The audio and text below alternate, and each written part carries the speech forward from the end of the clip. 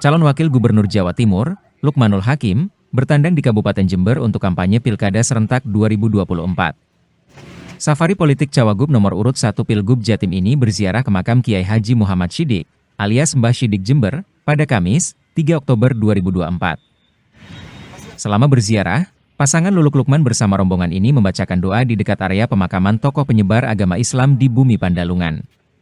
Selama membacakan doa, pasangan Luluk Lukman didampingi Ketua DPC PKB Jember, Ayub Junaidi bersama rombongannya.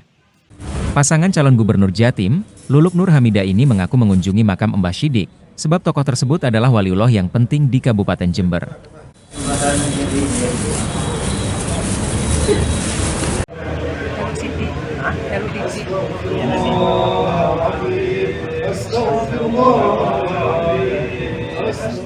Ziarah ke makam Kiai Ahmad Shidik, kemudian setelah ini nanti kita akan ke GOR ya? Ke GOR, ada konsolidasi dengan perempuan bangsa, setelahnya konsolidasi juga dengan struktur DPC PKB Kabupaten Jember di bawah kepemimpinan Mas Ayub. Kemudian kemana lagi begitu kita? Bertemu dengan Bu Gubernur, Bu Cagup ke alumni apa ya? Iya, alumni pesantren Darul Ulum. Jadi ada konsolidasi juga Ikatan Alumni Pesantren Darul Ulum Jombang yang ada di Jember. Ini Mbak Lulu juga kebetulan tadi sudah hadir membersamai saya di Jember ini dari jam saya datang jam 10, Mbak Lulu datang sekitar jam 12-an. Dan habis ini kita pencar dulu lokasi, nanti ketemu lagi di ujung kira-kira gitu. Ini pertama kalinya di Jember? Iya, di Jember ini baru pertama kali. Harga suara di Jember sendiri seperti apa, Mas? Kira-kira 60% lah. Program, Bos? Kenapa? Program-programnya? Program. Jadi yang pertama, karena masalah utama di Jawa Timur ini terkait dengan kemiskinan. Kita tahu bahwa menurut BPS, Badan Pusat Statistik, itu angka kemiskinan di Jawa Timur itu paling tinggi di antara seluruh provinsi di Indonesia. Maka kami, pasangan Lulu dan Lukman, fokus untuk melakukan penanganan terkait dengan penurunan angka kemiskinan ini. Salah satu programnya adalah yang pertama, kita akan bikin 1 juta UMKM selama 5 tahun ke depan, yang itu tidak hanya sekedar dilahirkan UMKM tetapi dikawal dari hulu sampai hilirnya, mulai dari pendidikannya, pelatihannya, bimbingan teknisnya, instrukturnya, pembimbingnya, sampai nanti hilirnya. Nah, dari sisi aspek permodalan, kami akan siapkan modal kreditnya untuk masyarakat yang menginginkan untuk menjadi pelaku UMKM, utamanya ini terutama anak-anak muda. Kita harapkan bisa menjadi lokomotif pembangunan di Jawa Timur. Karena itu kita siapkan program 1 juta UMKM, dan jangan khawatir terkait bunganya nanti akan diatur oleh Pemprov. Jadi terkait dengan bunganya nanti akan dihandle sama Pemprov, kreditnya dari bank. Supaya apa? Supaya everybody happy. Banknya juga happy, masyarakatnya juga happy, dan terutama bagi yang belum mendapatkan pekerjaan tetap, ini akan bisa menjadi aspek pendapatan yang signifikan, kira-kira gitu. Karena nanti hilirnya juga akan kami kawal, jangan sampai ini macet sampai pada saat bikinnya saja bisa tetapi hilirnya nggak dapat. Kemarin kami sudah melakukan kunjungan, salah satunya di Bojonegoro.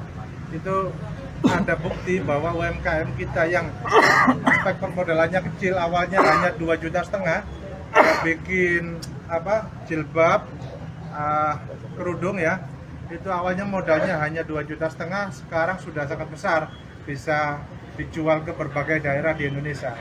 Kemudian yang kedua, kami juga ingin menghadirkan BUMDes sebagai pusat pertumbuhan ekonomi baru di Jawa Timur. Jadi di desa-desa itu, desa-desa terutama di seluruh Jawa Timur ini bisa menjadi pusat pertumbuhan ekonomi. Nah, salah satu targetnya adalah BUMDes, Badan Usaha Milik Desa. Itu selama ini sudah dapat anggaran dari pusat, dapat juga ADD, alokasi dana desa baik dari provinsi maupun kabupaten. Itu nanti kita maksimalkan perannya, sehingga peran dari BUMDes itu bukan hanya seperti sekarang, tapi nanti ke depan kita harapkan bisa sekaligus semacam bulog kecil itu, jadi off-taker dari produk-produk pertanian, sehingga masyarakat tidak kesulitan atau mendapatkan harga yang relatif stabil. Jadi pada saat panen biasanya harga turun, Mudah-mudahan dengan konsep ini nanti masyarakat bisa mendapatkan keadilan dan kesejahteraan. Yang ketiga, kami juga ingin menghadirkan Jawa Timur ini sebagai provinsi yang menjadi pusat logistik nasional. Agenda kedepannya, agenda besarnya adalah agar produk-produk asli Jawa Timur bisa kita distribusikan, kita perdagangkan ke luar negeri, ke berbagai provinsi di Indonesia, sehingga kalau ada masyarakat kita yang produksi sepatu misalnya, produksi jilbab, produksi baju, produksi batik, ini nggak hanya dijual di dalam Jawa Timur, tetapi kita bisa juga akses ke berbagai daerah di seluruh Indonesia, dan juga kita kawal supaya bisa memenuhi pasar-pasar ekspor di berbagai belahan dunia. Gus, untuk terkait dengan di Jember kan pondok pesantren ini banyak sekali. Nah, bagaimana program untuk para pondok pesantren di Jawa Timur, khususnya di Jember? Oke, pondok pesantren itu yang pertama yang terkait dengan infrastruktur.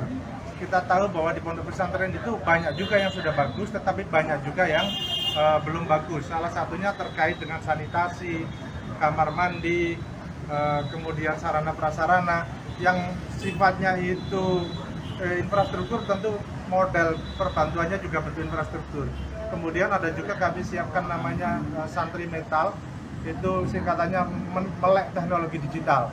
Jadi nanti agendanya supaya teman-teman santri, santriwan, santriwati itu bisa mendapatkan pendidikan terkait dengan teknologi, sehingga bisa meningkatkan kemampuan pendidikannya, termasuk pendalaman terkait dengan teknologi itu, minimal dasar dan menengah, kira-kira gitu.